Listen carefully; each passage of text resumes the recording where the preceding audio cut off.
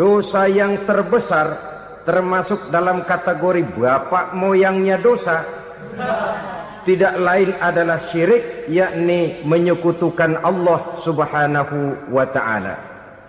Pola penghancuran iman ini memang berstrategi. Ditawarkan kita kepada paham materialisme, paham kebendaan, di mana otak menempati urutan sebagai ranking pertama, Tuhan jatuh pada urutan kedua. Lalu menyusul kepada paham sekularisme, Allah dipisahkan dari seluruh kegiatan hidup ini, untuk pada gilirannya menjadikan yang selain Allah sebagai tujuan akhir daripada seluruh kegiatan hidup kita. Oleh karenanya, kewajiban menjaga nilai-nilai iman ini merupakan kewajiban yang mulia tetapi berat, tidak hanya untuk kita, tetapi juga bagaimana mewariskannya kepada anak-anak kita, generasi yang akan datang. Orang-orang tua bijaksana yang diceritakan di dalam Al-Quran, kalau sudah berpikir tentang anak-anaknya, pertanyaan yang paling mereka risaukan ialah, ma ta'buduna min ba'di. Anakku, kalau pada satu saat aku, ayahmu sudah tidak ada lagi di dunia ini, meninggalkan kamu semua, ma ta'buduna min ba'di, apa yang akan kamu sembah nak? Jikalau sekarang ayahmu masih mau ke masjid, masih mau melakukan rukuk dan sujud, masih beribadah menyembah Allah Subhanahu wa ta'ala, kalau orang tuamu sudah tidak ada, ma ta'buduna min ba'di, masihkah engkau mau datang ke masjid? Masihkah engkau mau rukuk dan sujud? Masihkah engkau mau menyembah Allah Subhanahu wa ta'ala? Pertanyaan ini yang dipikirkan oleh Nabi Yakub kepada putra-putranya. Pertanyaan ini yang diteruskan oleh Nabi Ibrahim kepada anak-anaknya. Pertanyaan ini yang diwariskan oleh generasi ulama salafus saleh kepada para generasi berikutnya. Bagaimana kita generasi sekarang? Kita orang-orang tua sekarang bukan berfikir ma ta'buduna min ba'di, malah yang kita fikirkan ma ta'kuluna min ba'di. Kalau bapak tidak ada nanti kamu makan apa nak? Perkara kamu nyembah apa, urusan nomor 18. Yang penting kamu nanti hidup bisa makan nak. Maka kita sibuk mewariskan harta kepada anak-anak kita. Kita sibuk mewariskan kebun dan tanah kepada anak-anak kita. Kita sibuk mewariskan pabrik kepada anak-anak kita, sementara kita lupa mewariskan intan yang paling mahal, mewariskan mutiara yang paling berharga, yaitu nilai iman kepada Allah Subhanahu wa ta'ala. Alangkah baiknya apabila warisan harta, warisan tanah dan kebun, warisan rumah dan pabrik didasari lebih dahulu dengan mewariskan nilai iman kepada Allah Subhanahu wa ta'ala. Sebagai orang-orang tua, kita boleh bersedih kalau anak kita tidak mengerti komputer. Kita boleh bersedih kalau anak kita tidak mengerti matematika. Kita boleh bersedih kalau anak kita tidak mengerti bahasa Inggris. Tapi sewajarnya lebih bersedihlah kita orang tua jikalau mempunyai anak yang tidak kenal Allah sebagai Tuhannya, yang kemudian tidak mau rukuk dan sujud kepada Allah Tuhannya. Itulah kemalangan yang paling malang bila kita meninggalkan generasi yang tidak bertauhid kepada Allah Subhanahu wa ta'ala. Betapapun anak kita tidak ngerti komputer, saudara, paling-paling kerugiannya cuma kerugian dunia. Masuk dia ke alam barzakh, munkar nakir tidak akan sempat tanya kau belajar komputer apa tidak. Kumpul dia di padang mahsyar, malaikat juga tidak akan tanya matematikamu nilainya berapa. Yang ditanya kau kenal Allah, kau rukuk dan sujud kepadanya, kau pernah datang ke masjid. Oleh karena itu sekali lagi, menjaga nilai iman tidak hanya untuk kita, tetapi juga mewariskannya kepada anak-anak kita, generasi yang akan datang. Sungguh kemalangan yang paling besar apabila kita meninggalkan anak-anak kita. Mereka kita tinggalkan lemah ekonominya, itu tidak baik. Mereka kita tinggalkan lemah otaknya, itu pun akan membuat mereka tertinggal oleh yang lain. Tapi yang paling celaka jikalau kita tinggalkan mereka dalam kondisi lemah imannya, rapuh akidahnya, tidak baik dan tidak betul keyakinan hidupnya. Oleh karena itu Nabi berpesan, jauhilah 7 perkara yang merusak. Yang pertama, syirik kepada Allah Subhanahu wa ta'ala, menyekutukan Allah baik dalam ucapan, dalam keyakinan ataupun dalam perbuatan. Ini perkara pertama yang termasuk 7 perusak besar di dalam kehidupan.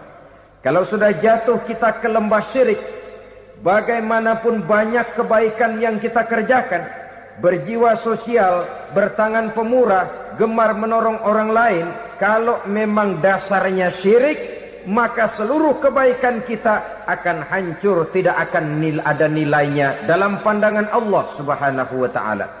Dalam pandangan manusia mungkin kita dicatat sebagai orang sosial, gemar menolong orang lain, tidak berpangku tangan melihat orang yang mendapat kesulitan. Tapi oleh karena dasarnya syirik, dasarnya tidak mentauhidkan Allah, maka seluruh nilai kebaikan yang kita kerjakan tidak akan ada nilainya dalam pandangan Allah Subhanahu wa ta'ala. Maka jagalah iman kita jangan sampai dihinggapi penyakit syirik yang bagaimana kecilnya sekalipun. Sekali lagi, baik syirik dalam bentuk ucapan, syirik dalam bentuk keyakinan, sampai kepada syirik dalam bentuk perbuatan, kita berhindar kepada sifat-sifat yang sedemikian itu. Karena apa? Dalam satu ayat Quran Allah Subhanahu wa ta'ala menjelaskan, innallaha la yaghfiru ayyushraka bih wa yaghfiru ma duna dzalika liman yasha. Allah tidak akan memberi ampun kepada orang-orang yang menyekutukannya, tapi Allah masih mau memberikan ampun kepada dosa-dosa yang selain itu bagi orang-orang yang dikehendakinya. Dosa selain syirik, apabila kita bertaubat, Allah masih mau mengampuni. Tapi kalau sudah jatuh ke tempat syirik, itu sudah dosa yang tidak berampun. Taubatnya tidak lain melepas syirik, kembali kepada tauhid, berkeyakinan bahwa hanya ada Allah Subhanahu wa ta'ala, Tuhan satu-satunya yang lam yalid walam yulad walam yakul lahu kufuwan ahad.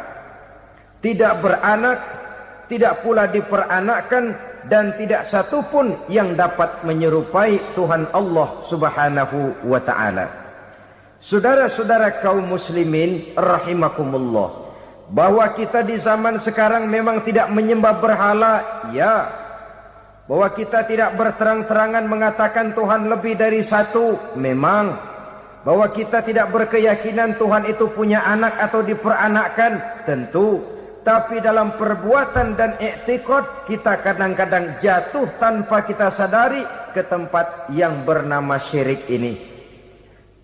Oleh karenanya, di zaman di mana teknologi makin canggih, di mana kemajuan pembangunan makin menjangkau berbagai aspek kehidupan, diperlukan keseimbangan antara kemajuan fisik material dengan kemajuan mental spiritual.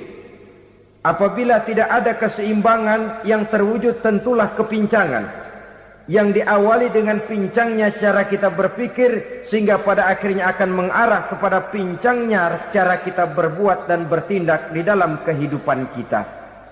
Oleh karena itu Nabi berpesan, jauhilah sifat syirik, karena syirik merupakan dosa yang teramat besar. Ini sifat merusak yang pertama. Yang kedua, kata Nabi, wasihra, jauhilah sihir. Sihir ini juga termasuk perkara yang merusak kehidupan. Kita semua sama-sama maklum bahwa sihir sebenarnya bukan persoalan baru.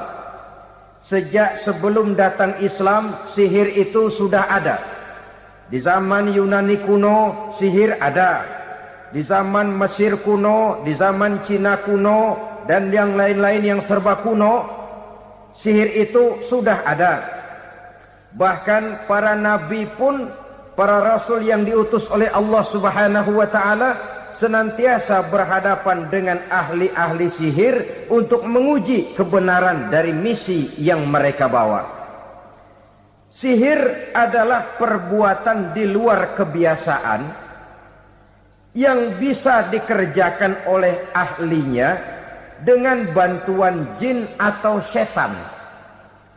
Hukum mempelajari sihir adalah haram, mengamalkannya lebih haram lagi. Sebab itu saudara-saudara, sihir merupakan perbuatan merusak yang harus kita jauhi. Ciri-ciri daripada perbuatan sihir, pertama, ia mengandung tipuan, bayangan khayal. Di zaman Nabi Musa misalnya, orang melihat tambang-tambang itu seperti ular. Nabi Musa melayangkan tongkatnya menjadi ular-ular besar yang memakan ular-ular kecil ciptaan tukang-tukang sihir Fir'aun tadi. Lalu sihir bisa terjadi dengan bantuan jin kafir atau setan. Kemudian ciri yang ketiga, sifatnya halus dan tersembunyi. Taruh kata ada seorang ahli sihir yang mempergunakan ayat-ayat Quran sebagai jompa-jampe, sebagai baca-bacaan, itu cuma sekedar kedok. Tujuannya tidak lain menjadikan agama sebagai kedok untuk membenarkan cara yang dimurkai oleh Allah Subhanahu wa ta'ala. Satu hadis yang diriwayatkan oleh Imam Bazar dan Tabrani, Nabi berpesan, "Laisa minna man tatayyara lahu au takahhana au tukuhhina lahu au sahira lahu." Tidak termasuk ke dalam golonganku, kata Nabi. Tidak termasuk umatku. Siapa mereka? Man tatayyara lahu, orang yang bertatoyur. Apa tatoyur itu? Dari kalimat toyaro, artinya terbang. Toir biasa diartikan dengan burung. Tatoyaro percaya kepada suara-suara burung. Man tatayyara lahu, mempercayai, meyakini dengan benar-benar kepada suara beburungan. Kan suka ada itu, nah bunyi burung tuh, maling liwat. Maling liwat. Burung bunyi, maling liwat. Itu termasuk tatayyara lahu, percaya kepada suara burung. Kan aneh kalau suara orang nggak dipercaya, suara burung malah dipercaya. Ada ustadz ceramah, kiai ngaji, nggak mau didengerin, burung dengerin bener. Nah, suaranya dari sebelah mana? Belah kulon. Nah, itu tandanya ano. Habis dihitung-hitung. Itu termasuk tatayyara lahu. Au takahana, atau bertenung, au tukuhina, atau minta ditenungkan, au sahirolahu, atau melakukan perbuatan sihir atau minta disihirkan. Laisa minna, tidak termasuk ke dalam golonganku, kata Nabi. Sehingga dengan demikian saudara-saudara, menghadapi sihir dengan sihir sekalipun termasuk perbuatan yang tidak diajarkan oleh agama. Kita kan mempelajari sihir untuk jaga diri. Tidak apa-apa, yang dilarang mengamalkannya, dilarang juga mempelajarinya. Sebab orang kalau sudah mengetahui, biasanya lalu terangsang untuk mencoba. Kalau percobaannya berhasil, biasanya terangsang untuk coba lagi dan coba lagi. Pada akhirnya ketagihan, lalu beralih menjadi profesi, apalagi itu nanti bisa mendatangkan hasil uang. Saudara-saudara kaum muslimin rahimakumullah, kita manusia makhluk nyata. Kita hidup di alam nyata, terikat oleh sunnatullah, causality. Oleh karenanya, bagi kita keyakinan yang penuh, keikhlasan di dalam bertuhankan Allah, penyerahan diri sepenuhnya hanya kepadanya, itu sudah merupakan obat penangkal yang sangat ampuh agar kita tidak terkena penyakit-penyakit yang dibuat oleh setan dan para pembantunya. Sehingga beberapa ayat Quran mengajarkan misalnya a'udzu bikalimatillahi tammati min syarri ma khalaq, atau bismillazi la yadurru ma'asmihi syai'un fil ardi wala fis sama, dengan menyebut nama Allah yang tidak bisa mendatangkan bahaya sedikit pun dari baik yang datang dari langit maupun yang datang dari bumi. Jiwa yang kosong dari keyakinan yang penuh kepada Allah, jiwa yang penuh was-was dan ragu-ragu, itu yang mudah terserang oleh penyakit-penyakit yang dikerjakan oleh para tukang-tukang sihir, yaitu oleh setan dan seluruh para pembantunya. Kemudian hadis kedua yang diriwayatkan oleh Imam Ibnu Hibban, Nabi bersabda, la yadkhulul jannata mudminu khamrin wala mu'minu bisihrin wala qati'u rahmin. Tidak masuk surga. Ini Nabi yang bilang, tidak masuk surga. Siapa itu? Pertama, mudminu khamrin, orang yang berkekalan dalam mabuk. Selalu mudminun itu sudah menjadi perbuatan rutinnya, tidak kapok-kapoknya, teler seumur hidup. Mudminu khamrin, tidak masuk surga orang yang selalu bermabuk-mabukan. Yang kedua, wala mu'minu bisihrin, orang mukmin tapi main sihir. Ini juga oleh Nabi diperingatkan, tidak akan masuk surga orang mukmin tapi suka main sihir. Wala qati'u rahmin, dan tidak juga orang yang memutuskan silaturahmi. Tiga macam manusia yang diperingatkan Nabi tidak akan masuk surga: orang yang selalu mabuk, orang mukmin yang main sihir, dan orang yang memutuskan silaturahmi. Saudara-saudara kaum muslimin rahimakumullah. Lalu orang berkata, kenapa dilarang kita bersihir? Padahal Rasul sendiri kan punya mukjizat. Nah, kita memang harus membedakan antara mukjizat dengan sihir. Dalam kehidupan agama kita kenal ada yang namanya mukjizat, ada yang namanya karomah atau keramat biasa diucapkan, ada yang namanya maunah, ada yang namanya irhas, ada juga yang namanya sihir. Kesemuanya ini berbeda, saudara-saudara. Yang dinamakan mukjizat itu khusus untuk para rasul saja. Satu kejadian luar biasa yang terjadi dilakukan oleh rasul atas izin dari Allah Subhanahu wa taala. Perbedaannya dengan sihir jelas. Sihir dari setan, mukjizat dari Allah. Sihir bisa dipelajari, mukjizat tidak. Sihir umumnya untuk maksud-maksud yang tidak baik, sedangkan mukjizat untuk memperkuat kebenaran yang disampaikan oleh para rasul dan ditentang oleh umatnya. Bahkan kafir Quraisy dahulu menganggap orang-orang ahli sihir itu berada dalam satu posisi yang hina, sehingga mereka mengatakan dan menuduh Nabi Muhammad sebagai tukang sihir. Tuduhan sebagai tukang sihir adalah tuduhan yang sangat aib dan hina. Di tengah masyarakat kufar jahiliyah, kedudukan tukang sihir dipandang sebagai kedudukan yang hina, sehingga mereka mengejek Nabi dengan sebutan tukang sihir. Jadi mukjizat hanya untuk Rasul saja. Kemudian karomah. Karomah ini asal kata dari karomah, kehormatan, kemuliaan yang diberikan Allah kepada hamba-hambanya yang rajin mendekatkan diri kepadanya. Oleh karena ketekunannya melaksanakan ibadah, Allah memberikan keistimewaan kepada orang itu, yang dengan keistimewaannya dia bisa mengerjakan yang tidak bisa dikerjakan oleh orang lain. Karomah hanya bisa dicapai dengan prestasi ibadah.